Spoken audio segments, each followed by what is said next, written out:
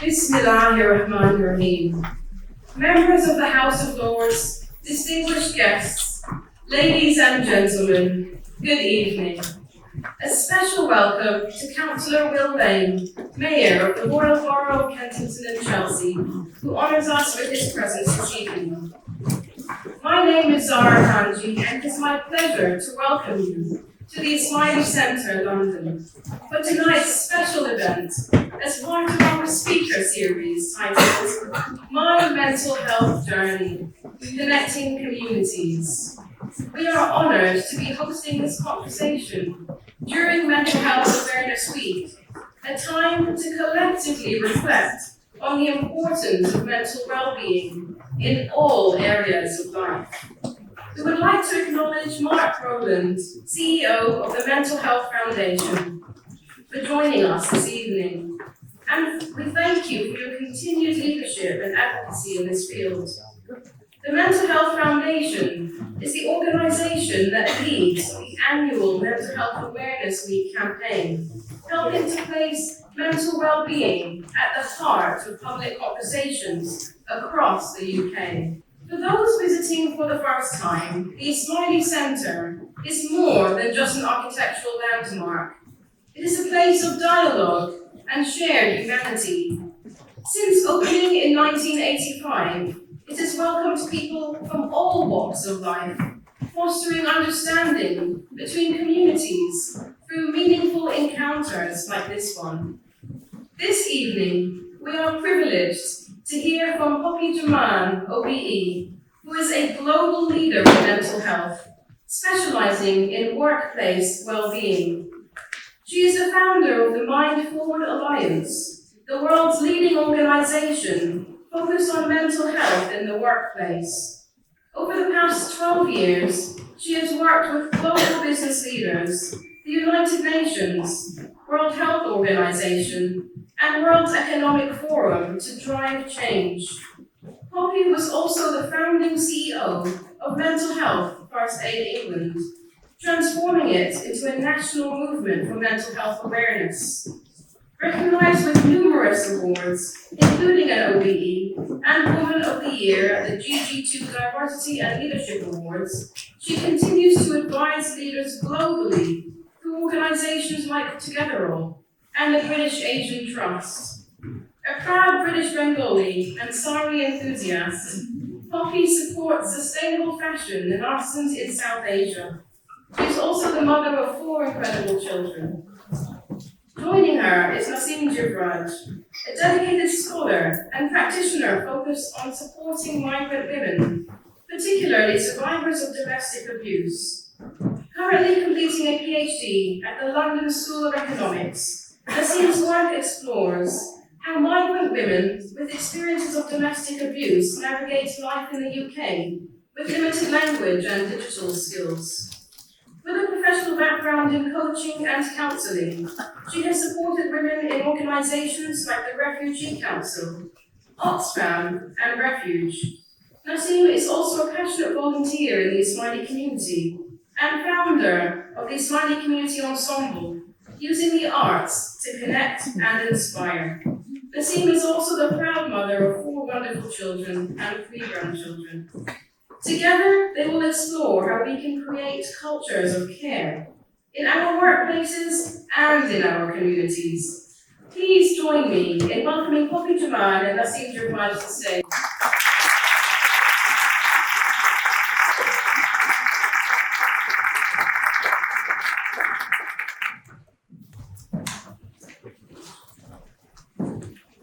This is a nerve-wracking, is it? Mental health awareness today. But let me begin by saying it's such an honor to have this chat with you today. I remember our first lunch, and what I really remember about that is your authenticity, your warmth, and your energy. And it's your energy that really got me. So that's what got me really excited today. You've had an exceptional journey, a journey of challenge, courage. I think a lot of passion, but a lot of resilience.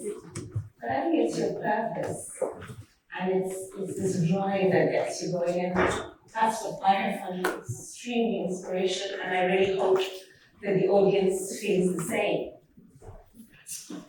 For me, I've had my own journey with mental health, and it saddens me to see that there is so much stigma around this topic, and I'm sure you agree with me on that. Because essentially, just like we have physical health, we have mental health.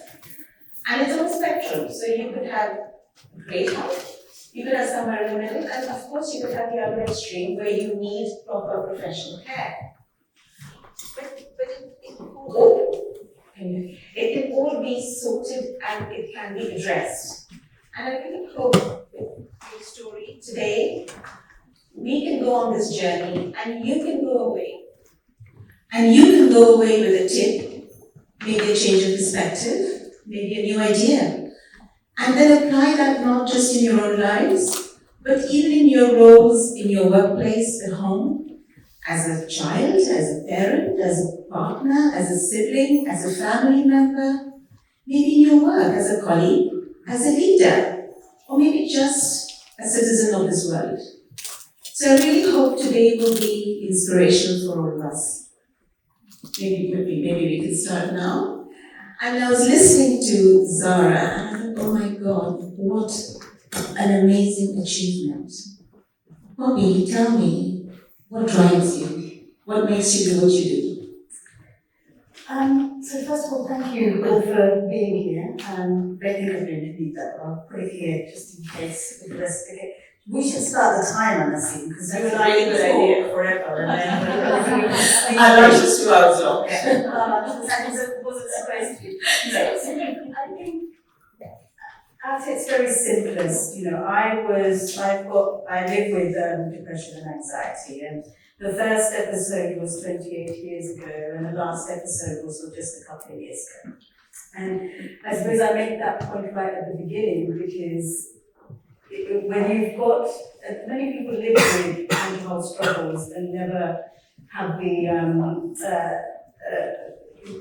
privilege that I've experienced of getting a diagnosis, getting support, and we're going to unpack that throughout the conversation today. But for me, it was really clear that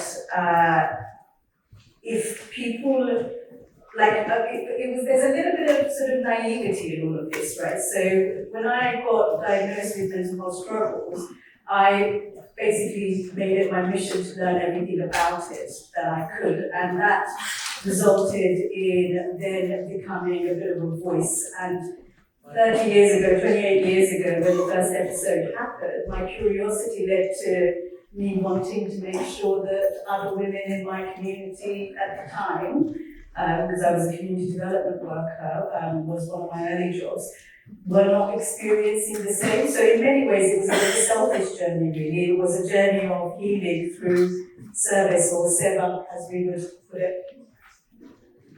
That's quite powerful and very inspirational, but it really makes me curious. When did you start? What is the beginning of this journey?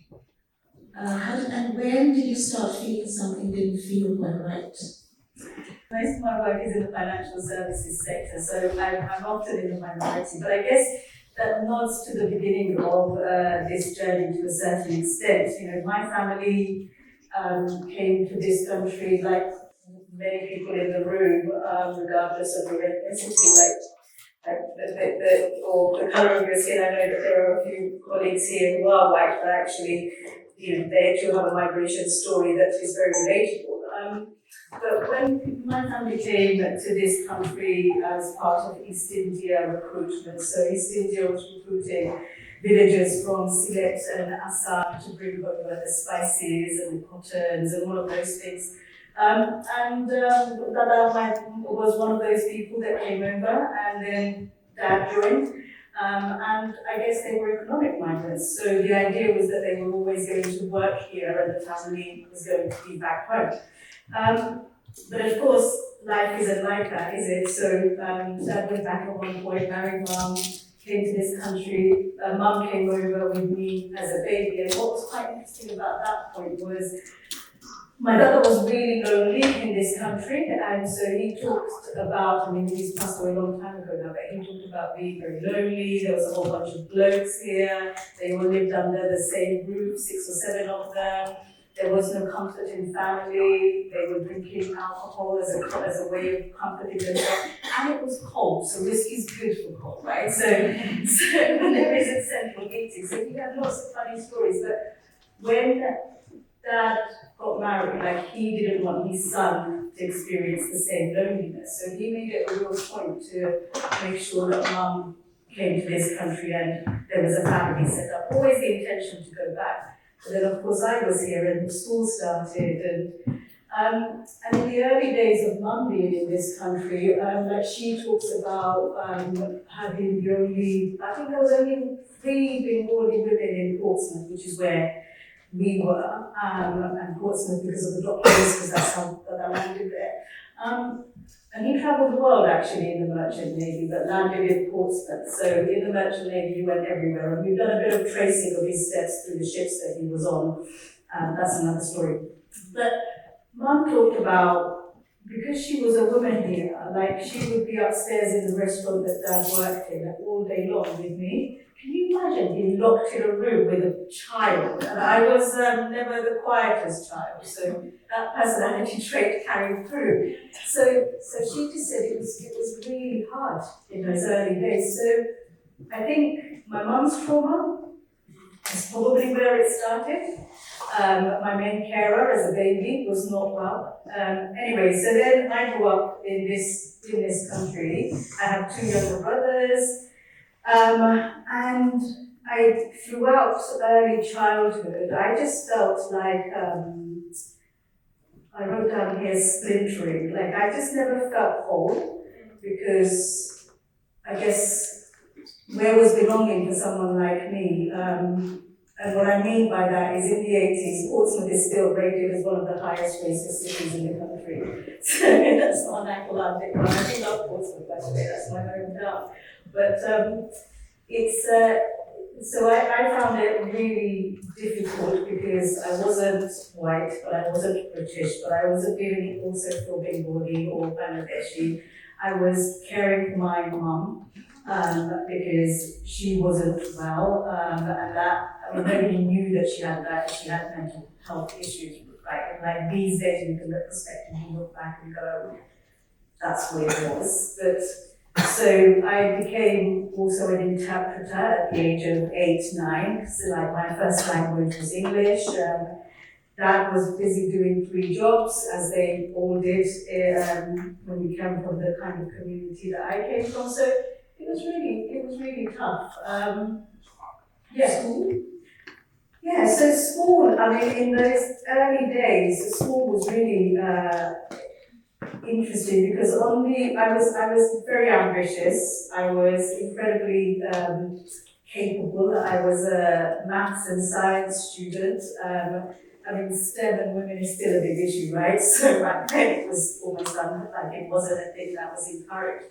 I loved dancing, but the family did not want me to do dancing. So there was so many restrictions put on me. But I also didn't feel like, there was a couple of teachers who were phenomenal, but actually quite a lot of the messaging was, you're Asian, you're going to be getting married anyway. Like, you don't have careers, you don't have ambition, particularly the women in the community. And, so that was sort of the standardized thinking back then. So there wasn't a lot of hope held, I suppose, for my generation of Asian women. So I'm hearing that early years of your life, not only when you were a carer, but you're also talking about intergenerational trauma, which is a very interesting concept. It's almost, it's subliminal, it just carries through, doesn't it?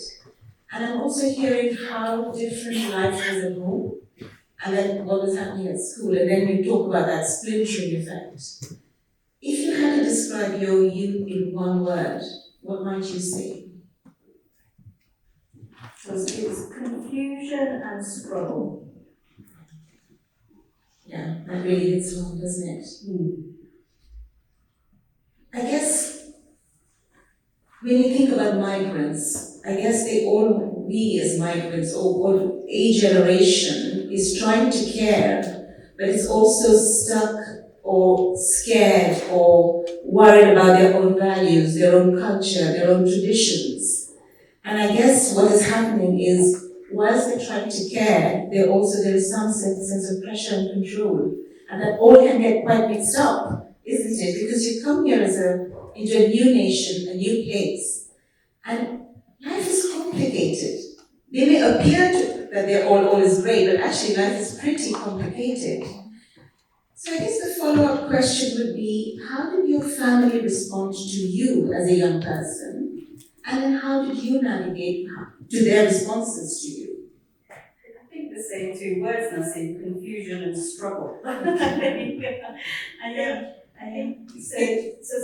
think the first thing to say is that our communities are so strong and bound and love to look after each other, and that is a community asset that you cannot buy, right? So I think that's, and then the second thing I would say is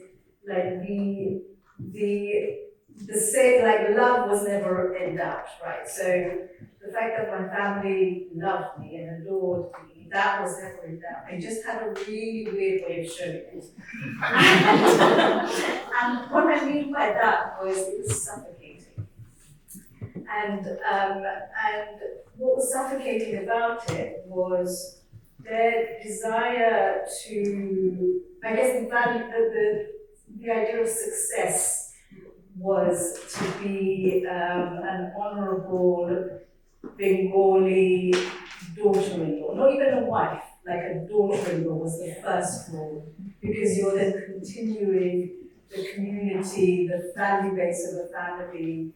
Then it was actually wife, and then it might be like mothering that came in. But your role as an anchor, as a woman, in actually what is a matriarchal society, community, it may be misogynistic in many ways, but it's a matriarchal culture. So you have misogyny and you have matriarchy. So you're basically confused and struggling. I had another word in my mind, but I don't say that.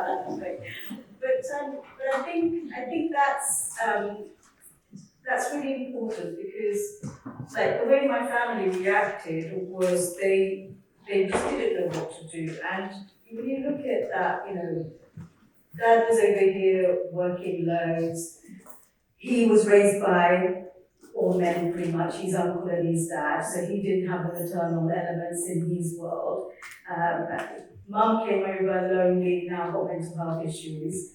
There's me, two younger brothers, and they're all struggling to make ends meet. Financially, they're not doing particularly well. They're still expected to send money back home. And then you've got this child who is a girl child who is loud. Like, that is a problem. That is a problem. And actually, I wanted to travel, and I didn't want children, and I wanted to go to university, and none of those things had happened. Like, when I got my driving license, that was a real anomaly in my family. It was like, oh, like, we've got a woman that drives in the family. So, and like, my mum encouraged that. My mum encouraged that because she wanted to get out and about, and she didn't drive herself, and she wasn't allowed out on her own. So she wasn't using buses and things, and we lived in the racist city, so she was terrified of going out on her own anyway. So me having a driving a car was agency for her. So this idea of generational trauma and how it presents itself it wasn't just that I was translating and interpreting. I was then the vehicle and the driver for all of my aunties. And I don't know if you guys have seen Baji on the Beach, which is yes, the oldies have seen Baji on the Beach. Like, it is such a good film. But I was that social worker that was not just for my family, getting them out doing stuff. how are you feeling all this? No, I felt an enormous amount of pride to be able to play that role. And I still feel an enormous amount of responsibility. So we still do a mom's holiday every nightmare. So I'm planning it. So we've got three girl cousins now to share the burden. anyway, in June we're taking our mums on holiday. But these women, older women in our family, don't be on holiday. So for us to be able to fund that, but also create an all-women environment for them to do that is actually an incredible privilege. But it does burn you out. And then what happened? Past your teenage years, what happened after that? Okay, so then they've got, I'm sort of picking bits and pieces of the story. So you've got a very highly spirited teenager who's a head girl at school and is dreaming about going off and traveling and all of those things. And basically, my family couldn't cope with it. And so the pressure became so big on me to be the perfect role model, and I'm the oldest daughter of the oldest son as well, like all of that matters, right, in our community. So, and Dad was also the head of the mosque community, so it was piling up, so I ran away from home. So that wasn't a good move. I ran away from home with £10.30 in my purse, and most of that was spent on the train ticket from Portsmouth to Waterloo. Like, there wasn't a strategy there. And actually that resulted in a one-way ticket to Bangladesh. And when I got to Bangladesh, I guess they were so embarrassed because the whole community knew.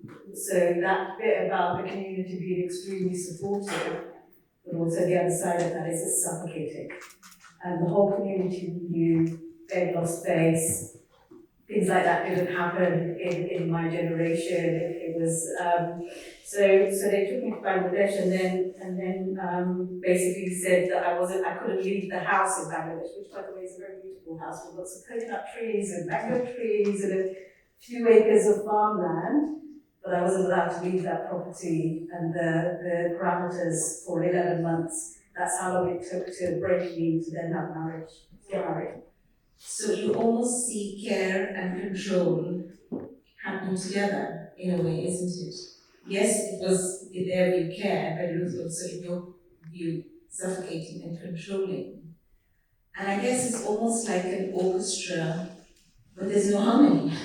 There's mixed voices going on. And actually, it must have been what? How did you feel at that moment in Bangladesh for 11 months? Just alien. So I think what happened at that point was I didn't speak the language properly. I was a poppy girl, right? I'm sorry, I was from Portsmouth.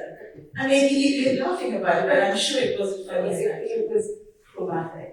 Yeah, so I landed in Bangladesh, in this foreign country that I'd heard about so much, and everybody talked about it, and it was too hot, there was too many insects, there was too many people staring at you, I didn't speak the language, it was terrifying.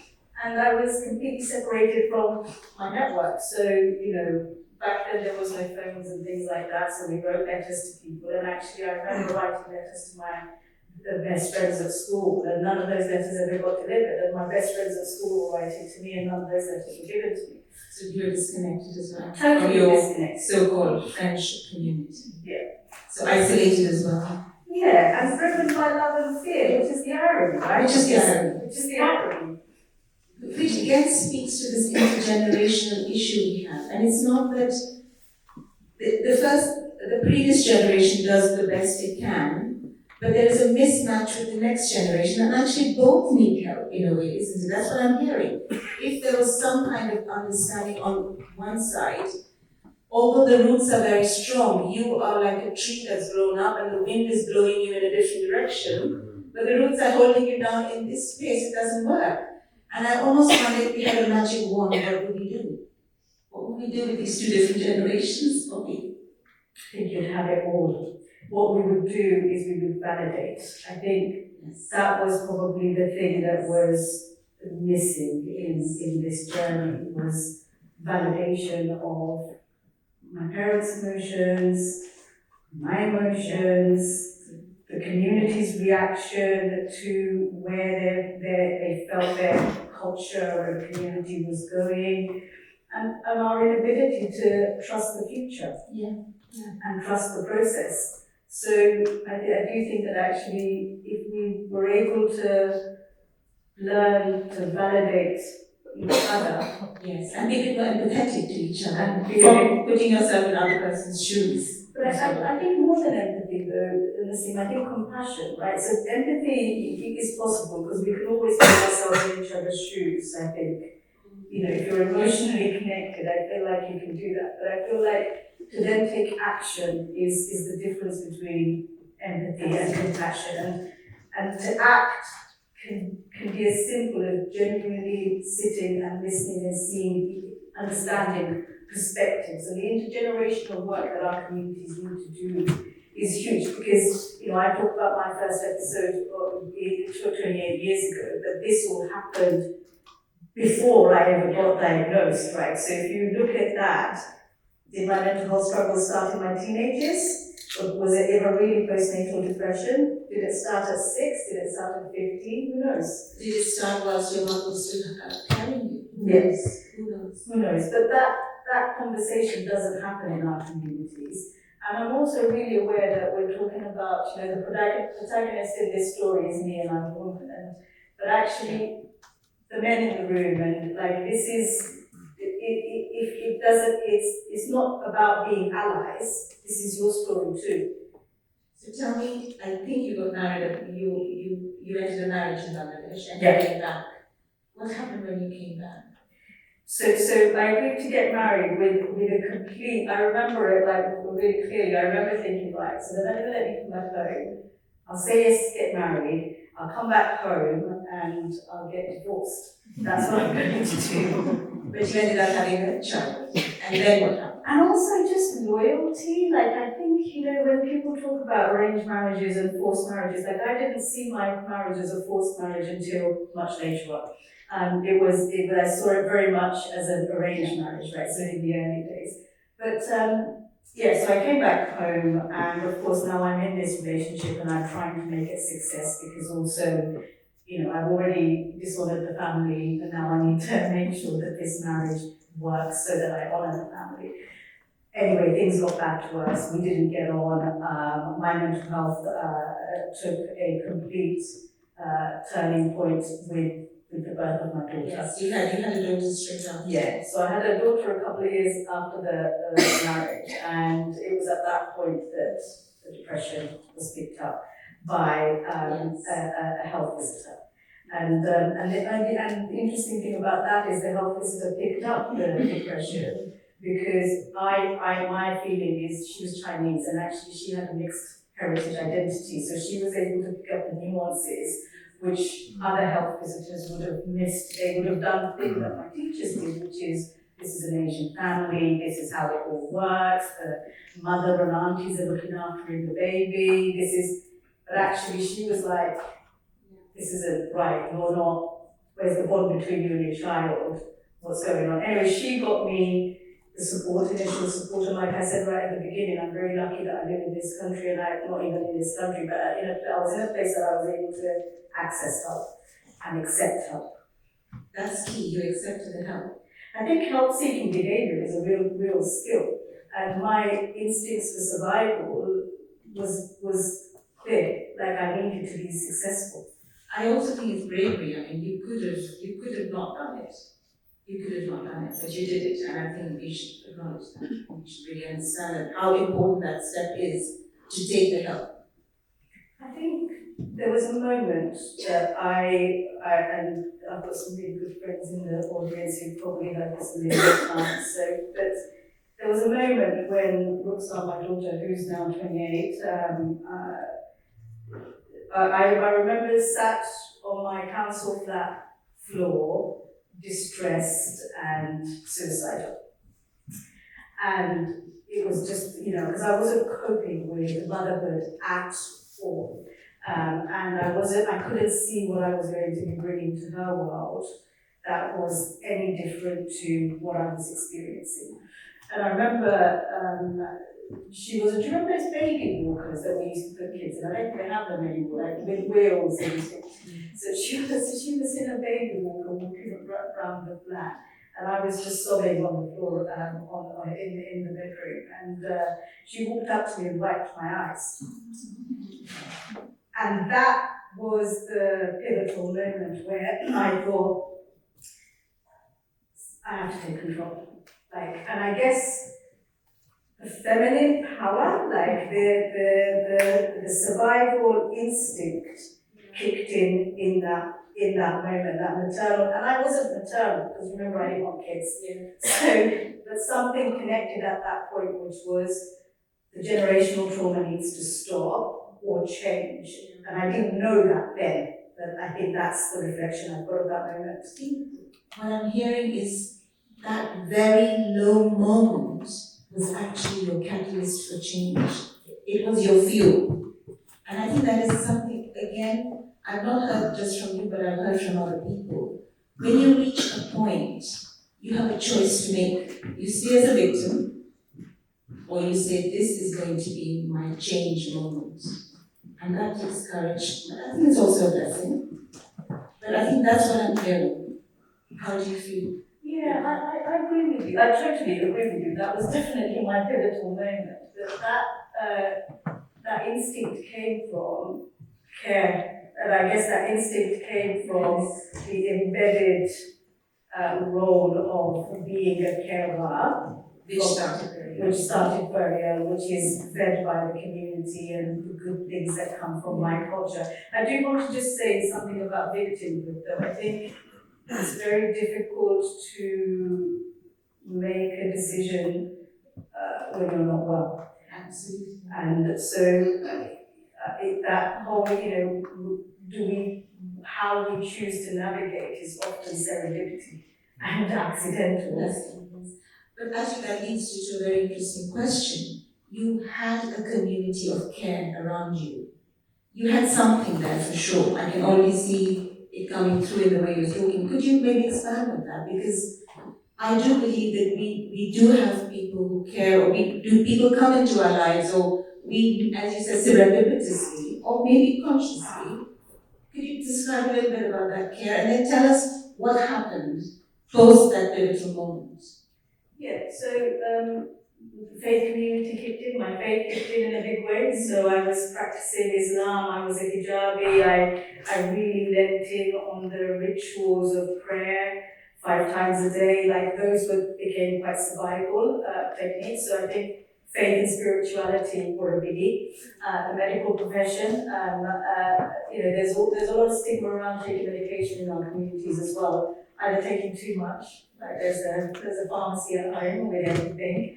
I know a few people like that, or not. And I think there's something there about our communities needing to understand actually medication is there and there is no shame in taking medication, particularly if it's going to get you over a bump, right? And so medication was good for the early days. And again, I talked earlier about the negatives of school and teachers there were some teachers. I mean, I remember one teacher going, "Oh, we're going to put you forward for head girl," and I was like, "I can't do that." She was like, "Of course you can do that, and you're going to do that." And actually, then my peers voted me in, and I know this was so many years later, and I'm still hold that moment. But there were moments of absolute belief that people held, and again in Korea, it was. When after that moment with Ruksa, the thing that became really apparent to me, and I'd seen it in the women in my family, was women, or actually anybody, people didn't have agency regardless of your gender if you weren't economically self-sufficient. And women got it the worst. So, because women weren't allowed to go out to work or all of those kind of things. And actually, if you haven't got money, you haven't got choice. So I think the thing that I developed in that moment, having run away from home with £10 30 years before that, I realized that actually what I needed was to get a job. And so that was my first actual action that I took beyond medication and counselling, that it didn't quite work because I was spending more time educating the counsellor about my culture and multi-generational households and stuff. So, yeah, so actually, it was job, and the job gave me agency. My line manager was fantastic. She clearly spotted talent and saw in me things that I didn't see, and built that up. And I guess there's no accident that all these years later, workplace mental health is my passion, because I feel like good work can be absolutely an anchor for health and recovery if we get it right. So I'm almost hearing that a lot of your issues were also situational. It was not just what was going on inside you, but it was a combination of the inside and the environment on the one hand. And it's almost like a tapestry, isn't it? You have some counseling, you had some caring people in your environment, you had medical support, you also had a change in your situation. And I think it also then points to this notion of care. People cared about you. You arrived in a professional space where people started to care about you. And I think I've kind of, you've talked about this, the kind of support. People had your back. And I think a lot of what you see today, that point was the start of that journey to where you are today, most probably. Your MBA, your manager pushing you to do more. And I think, imagine if you didn't have that, where would we be today? You know, I've often reflected on that. I think I'd either be locked up in a mental health institute, or I would be dead. I don't think I'd be here. And I guess, you know, it's, what am I trying to say here? Again, I think without the support of community and people around me who were holding hope but also holding doors open, but who also knew things that I didn't know, right? So I didn't know there was a thing called counselling. I didn't know that you could do art therapy. I didn't know that somebody without any qualifications could lead a mental health organization. I didn't know any of those things were possible because none of the women around me, I was the most progressive woman in my Asian Bangladeshi community, if that makes sense. And I was both carving the way, but also getting berated for it. So, if it wasn't, and actually it was a lot of white men who were supporting me. So my managers and my peers through the years that opened the doors were quite often white men. And I wanted to say that out loud because there's such a huge polarization going on in society at the moment. And that whole gender divide and racism and, you know, some people do it in the US, setting a precedent that is incredibly divisive.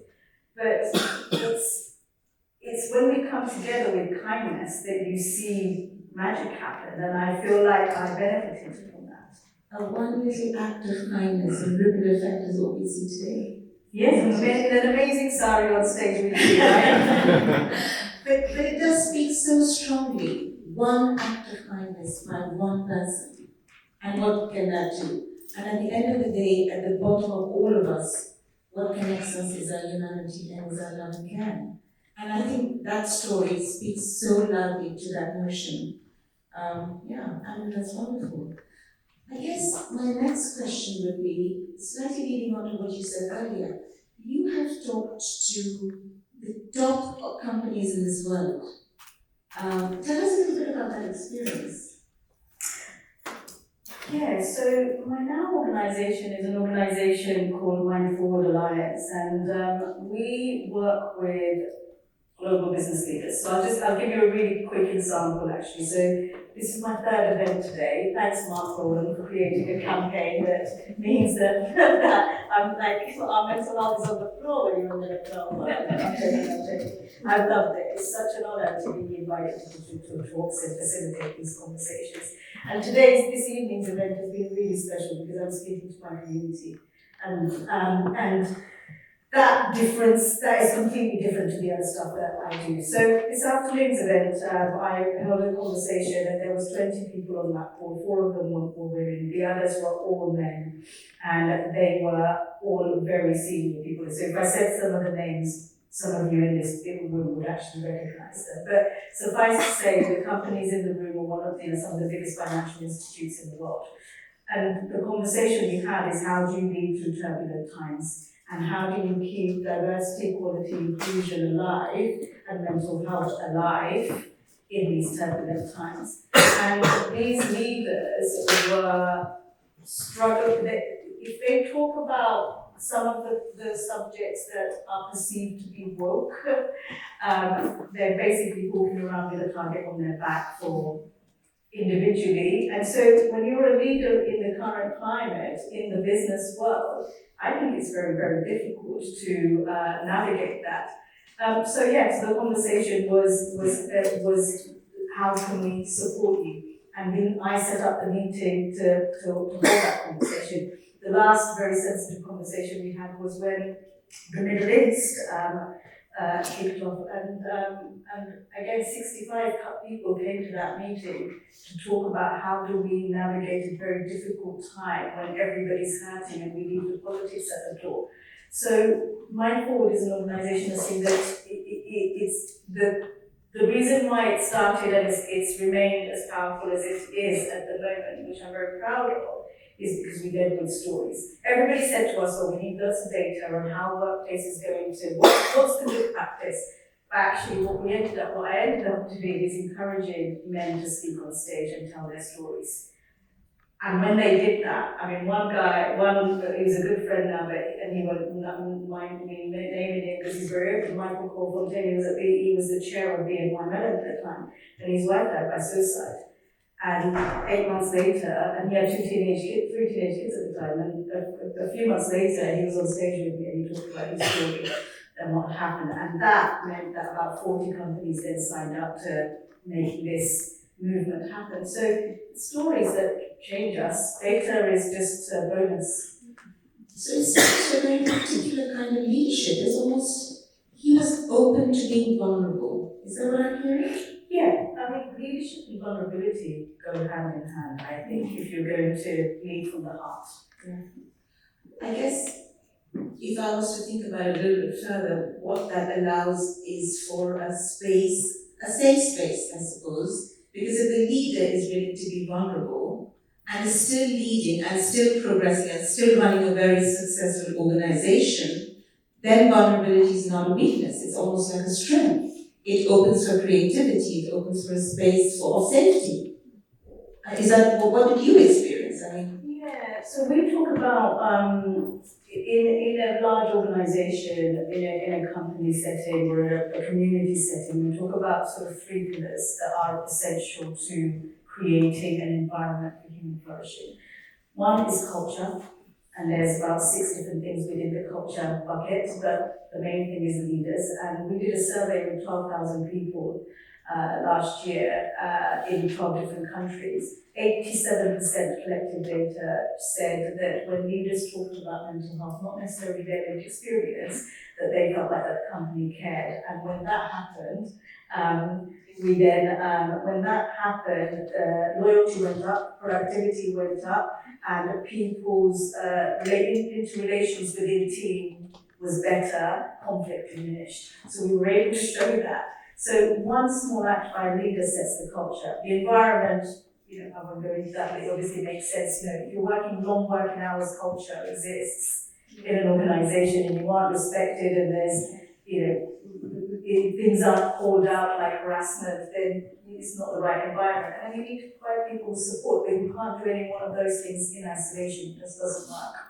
but actually, it allows the company to grow, it allows the people to feel part of a family or a community, and actually productivity.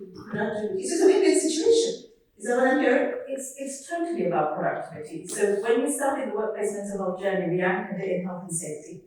Then we went into productivity. It was the right thing to do, but actually it made you more money because people were performing better. So, I mean, you haven't got some of the leading banks in the world sitting around the room talking about this because it's just the right thing to do. I'm sorry, but that is just one side of the coin. And then the other thing about it, so we went from health and safety, productivity, then it was the moral imperative. George Floyd was murdered. it kicked off a massive movement about the right thing to do, and now what we're seeing is the pushback of that, and we're going back into it as a productivity conversation.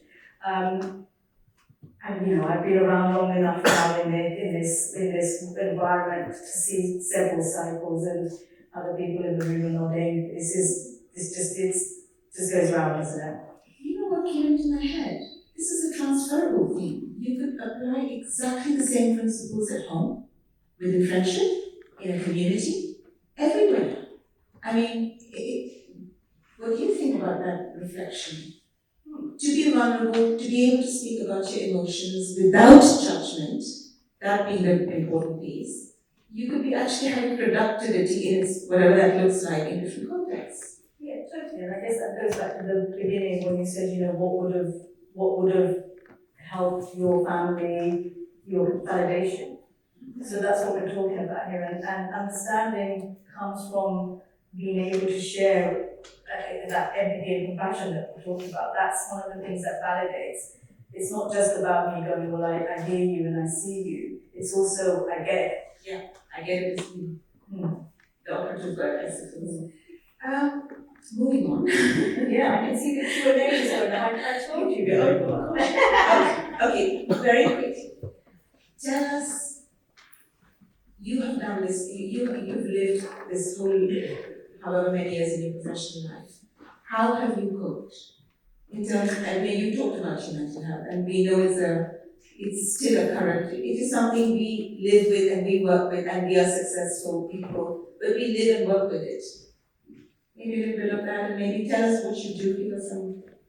Yeah, I'm really happy to share a couple of tips and tools, because I think that's important for people if it helps. But one thing I would say is, my journey is far from perfect, right? Only 2 years ago I had a complete meltdown and I didn't see it coming. And you would think the fact that I experienced this, and actually one of the things I don't even know I said this to you, but when I realized I was mentally ill again, I was on stage like this in India at Unilever with about 200 people, and I was telling my story, and it was a slightly different context, and I didn't go into this much detail at all, because it'd be interesting, because I think the Indian culture, it wasn't ready to hear it all. It wasn't ready to hear it. It wasn't ready.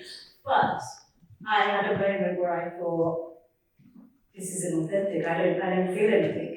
I literally don't feel anything. And I had a bit of a moment of almost observing myself on stage. So being back here with all of you today has been a real special moment, but there was a little bit of, how was I going to feel of this, that am I going to be re-triggered from that moment? And I haven't. It all relaxed. I feel great.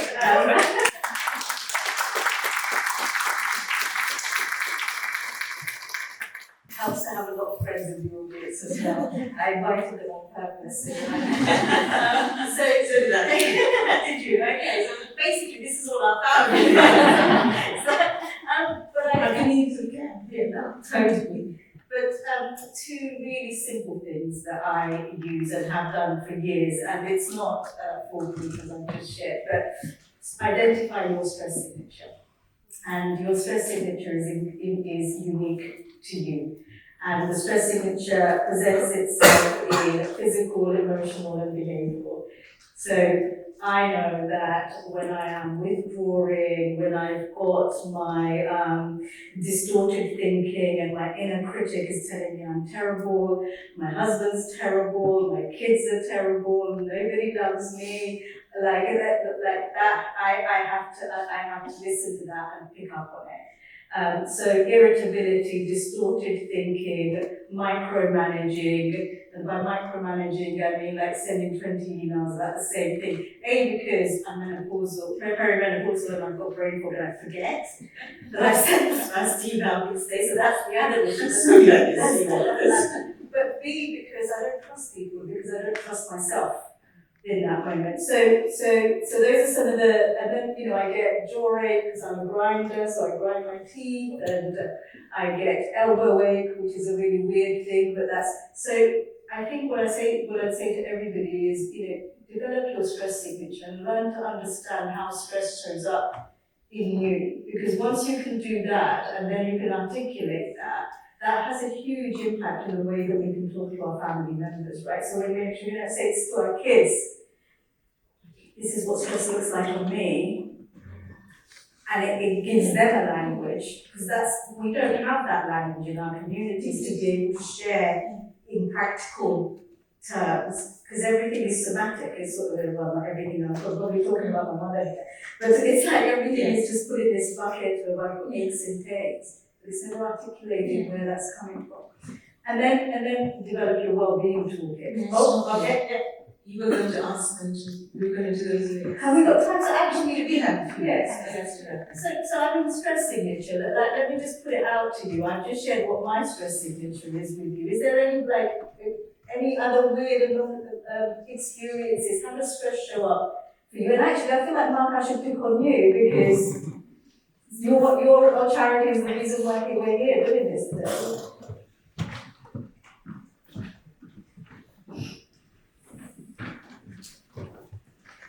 Well, my stress peaks when I'm asked to do something on the spot, not given any full notice. Going to an evening thing and just relaxing. So, I really thank you very much for tonight. It's been fantastic. I think for me, one of the things that I'm working through is that most of my life is absolutely fine. I feel calm. It's actually, for me, incompetence, if I don't feel like I'm doing a good job, is a big trick. Like I can cope with lots of other accusations or lots of other things that don't work, but incompetence I can't seem to manage, and that then shows up with worrying mind. I can't sleep or be up. It's always 4 a.m, and so you can see that sort of chain effect, and then I'm tired and I'm irritable and I'm making bad decisions and then need to find a way to sleep. So for me, it's just understanding what I call my part X. That's that inner critic. And when I feel incompetent, it turns on the part X and all the things that follow that. And that's the enemy within. And it's just, so for me, as you say, Poppy, you've got to name it to tame it. And at least knowing what it is, at least you can stand back from it and say, not this time, my friend, and bring some different evidence to bear. Thank you. Anybody else want to share what their stress signature might look like? Come on, there's got to be one other person. A loud woman is one. Come on, I've got 2 people. Hi, I'm Christina. For me, it's the neck tightens out immediately and leads to migraines. Migraines. And depends now, in the sense that some people get migraines where they actually switch off and they have to sleep and take medication and lights flashing and everything. I start cleaning. And I know when I'm cleaning and I'm thinking, okay, I must be stressed because I'm really cleaning up today. So that's how I respond to it. Yeah, and that's about gaining control actually, because when our environment, like if you can't control your mind, cleaning really helps to control the environment. And then when you don't recognize that I'm cleaning more than I should be cleaning, that means I'm stressed. So sit down, take a breath, and what is it that's stressing me? And actually, my mother pointed that out to me when I was a child. She said, when you're stressed, you get migraines and you get headaches. And I never realized that. I always thought it was hormones going on. You start getting your periods and ovulating, you're learning. And in those times, we didn't have YouTube and so much information. You had to get it from your mother or your older friends.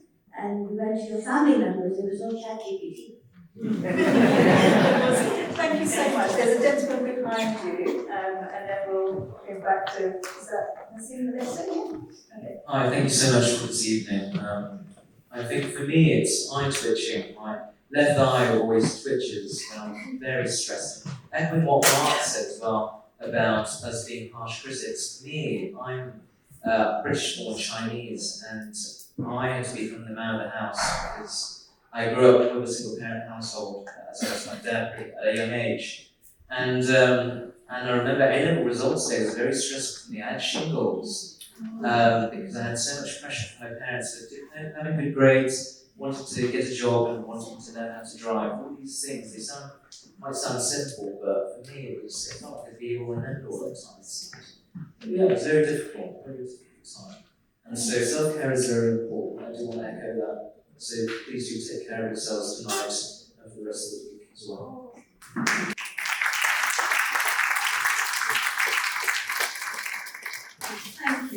Thank you for sharing that. Yeah.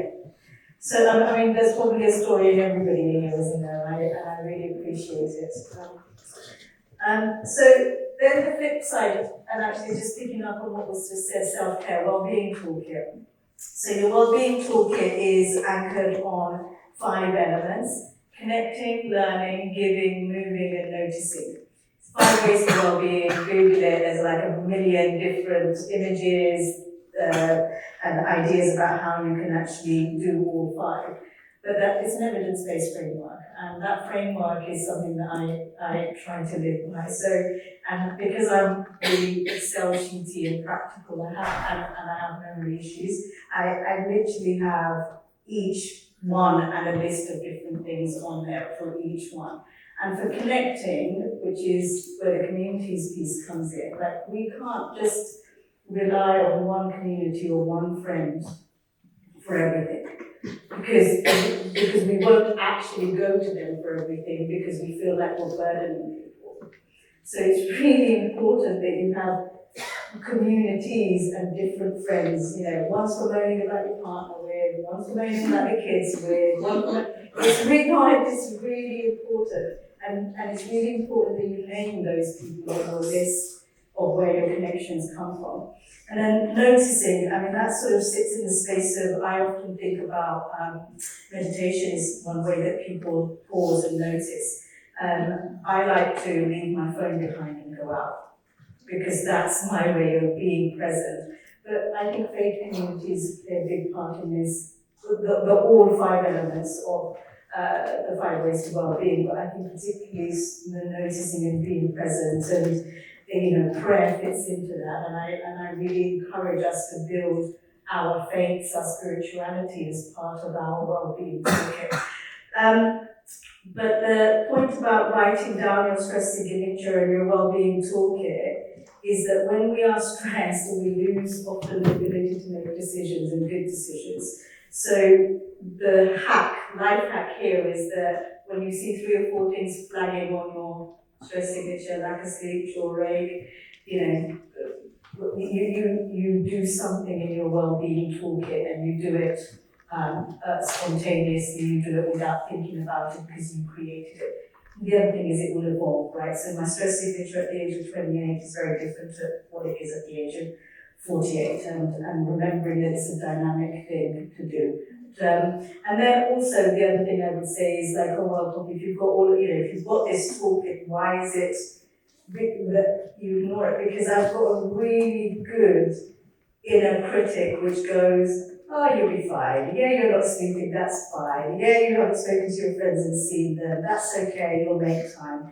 So you have to really notice the inner critic for those people that have lived with this sort of thinking for a long time. But I'm probably getting too technical now.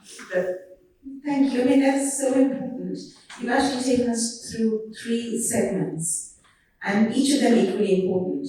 Self-awareness, action, and the very human thing we do is we ignore it. So maybe we need to be a bit careful about that. validation. And validation. I think it's because those of us that didn't grow up with validation are really good at ignoring it. Yeah, well, that again goes back to self-awareness and working on yourself. I guess. The bottom of all of this, as I don't know who said this, but if you want to change the world, you got to change yourself. Are you okay to take some questions? Any questions for Bobby?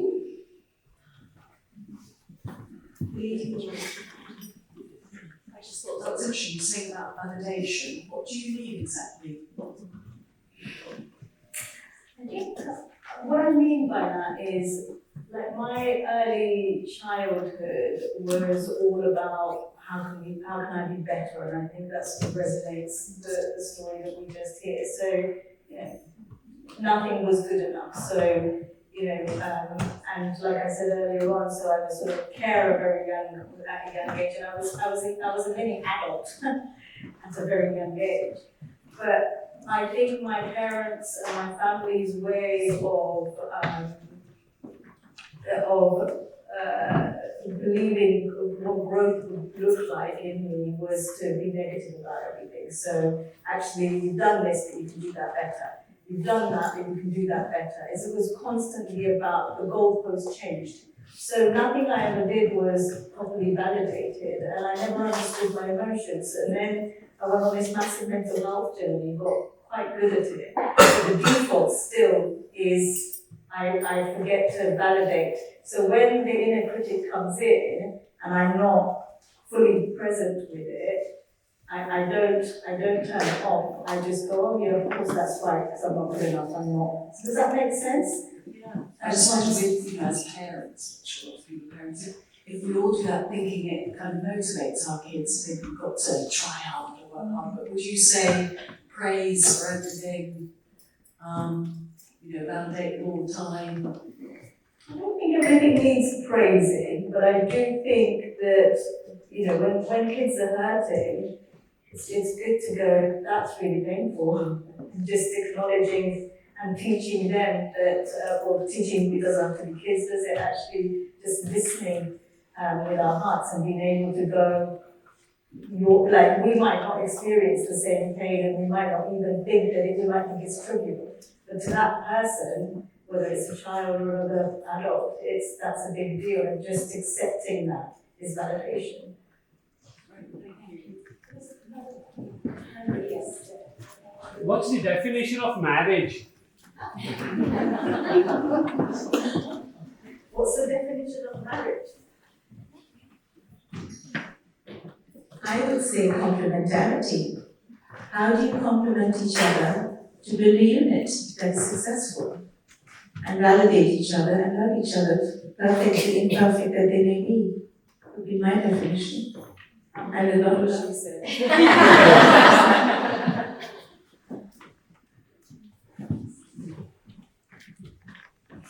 Thanks so much. I just want to say, Poppy, as the Mayor, thank you so much for coming to our borough to do this talk tonight. My question, you mentioned faith, specifically when you came back from Bangladesh to the UK, and I think perhaps maybe it wasn't an expression you used, but became more entrenched in your faith. Do you think there is a sort of clear link between faith and helping people with their mental health, and when people get better with their mental health, do they often think, well, I sort of don't need my faith as much anymore, they sort of move slightly away from God, and then when things get really tough, that's when they look for God again. I'm just curious to know, could you expand more on the role that faith has played, basically? That feels like a question for a religious leader, but I will answer a bit of it. So I think for me, it was less about, it was the rituals of the faith that actually gave me grounding, right? So praying at 4 o'clock in the morning when I couldn't sleep became meaningful. So that, and that 5 times a day, stopping and pausing and be like those elements of the faith became really important. And then I found a whole load of Muslim women who were just brilliant. So I'd go along to these groups and we'd talk about motherhood. And so I think it was the community element of it as well. I also believe that faith, like what you need from faith, changes at different times. So when you're in crisis, if you can't reach out and connect with other human beings, actually spirituality is such a powerful tool. But when you're better, you don't need that spirituality as much. So I don't know that faith diminishes. I just wonder whether it changes around us, and the practice changes around us. Thank you. Last question. All right. Thank you so much for this talk. It's really valuable to have conversations in this space. I've noticed that so far, many of the questions from people who have spoken up have been non-Ismaili. I can't help but wonder if this reflects a deeper hesitation in our community to talk about these topics. And I guess I was wondering from both of you, what are maybe some ways in which as a community we can, reduce this stigma, immediate kind of ways that we can do that relationally. Obviously, you've given some great tips today, personally, to notice our own kind of, mental health, signs of bad mental health, treat mental health, but how can we relationally improve a mental health stigma in the community? So I think it takes great courage to share our stories, but even I think it takes a lot of courage to lean in and understand our stories in the first place, to get to a place that we might share our stories. And I don't think that everybody needs to share their stories, by the way. I do think that it's a journey and it's a personal journey, but when we do share our stories, it reduces the stigma. And I think, I hadn't noticed that, by the way, but actually now that you say it, I think it's true. But I don't think, if I was sitting in front of 200 Bangladeshis right now, I don't think I'd be talking about this in this much detail, right? Even though I've been doing this for as long as I have and go around the world and do this, I just don't think I would have the courage to go this deep. So the fact that most people in this room aren't from my birth culture and community there are some people, but I'm not, I think that makes a huge difference, but it also shows how big the stigma is. And also, is it going to get back to my mum? And then how is that going to make her feel? Is it going to get back to aunties? And how is that going to, I don't want to hurt them. So I think it's okay that the questions haven't come from the Ismaili community today, but I think your generation will move that dial, because you are already a generation that are so articulate about this stuff, and my story will become null and void because your generation will be moving that forward. And I guess my responsibility and your responsibility is how can we be the shoulders for you to stand on. And you can talk in front of the Bangladeshis, and I'll talk in front of this mic, and then we'll be all right? But if I may say, I have spoken about my mental health exactly for that reason. Because I wanted to use my position now, and I've spoken before as well, because there's nothing wrong with having a mental health problem. I'm very successful, I have beautiful children, a great family, I'm educating myself. There's nothing wrong, I manage it, just like I would manage if I had a broken arm. So I am very happy to talk about it because I want the world to know there's nothing wrong with it. And yeah, I think I'll stop that.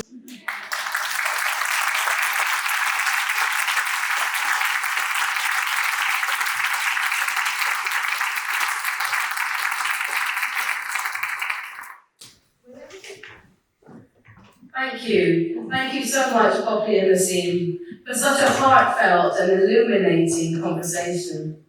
You've given us much to reflect on about how we can care for ourselves and for one another in an increasingly complex world. Before we close, I would like to take a moment to express our deepest gratitude to Poppy Jaman for generously sharing your journey with us tonight. As a token of our appreciation, Shamil will present you with a small gift on behalf of the Ismaili Center and our community.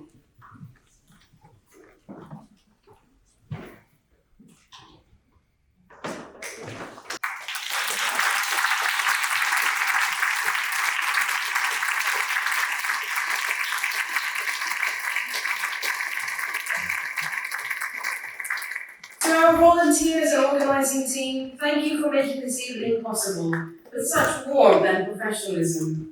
And finally, to each and every one of you, our guests, for being here and participating in this important conversation. We hope to see many of you there. Thank you once again for joining us. We wish you all a peaceful night and a safe journey home. Good afternoon and good night.